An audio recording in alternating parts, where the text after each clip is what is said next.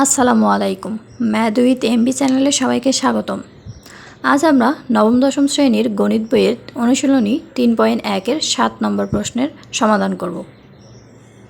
চলুন তাহলে শুরু করা যাক। এখন আমরা প্রশ্নে আসি।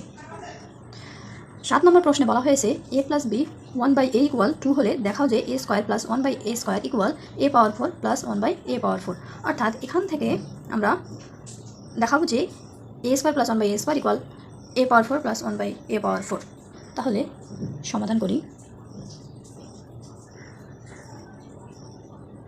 আমাদের দেয়া আছে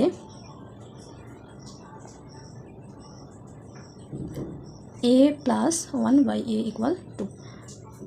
এখানে শুধু এইটুকু মান দেওয়া আছে। আচ্ছা, এটাকে যদি আমরা বর্গ করি উভয় পাশে, এটা হচ্ছে প্রথম ধাপ। আমরা এটা দিতেও পারি, নাও দিতে পারি, অর্থাৎ এটার উপর অর্থাৎ 4। এখন আমরা সূত্র বসাবো a স্কোয়ার প্লাস 2a, অর্থাৎ এখানে a প্লাস b হোল স্কোয়ারের সূত্র বসাচ্ছি আমরা b প্লাস b স্কোয়ার। তাহলে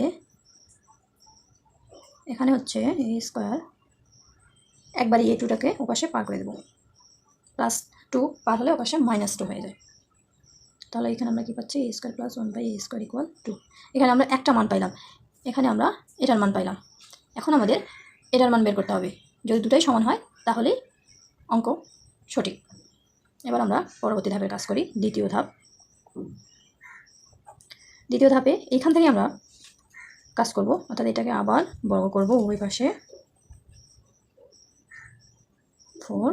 এখন আবার আমরা সূত্র a প্লাস b হোল স্কোয়ারের সূত্র বসাবো। এখানে a বলতে a square plus 2a b plus b square.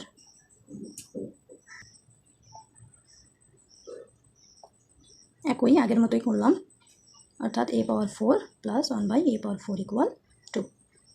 এখানে আমাদের প্রশ্নে বলা হয়েছিল a square plus 1/a square equal a power 4 plus 1/a পাওয়ার 4, অর্থাৎ আমাদের অঙ্ক মিলে গেছে। এখানে আমরা এর মান পাইলাম 2, এখন আমরা এর মান পাইলাম 2। তাহলে আমরা বলতে পারি a square plus 1/a square equal a power 4 plus 1/2। ভিডিওটি ভালো লাগলে অবশ্যই লাইক, কমেন্ট এবং সাবস্ক্রাইব করবেন।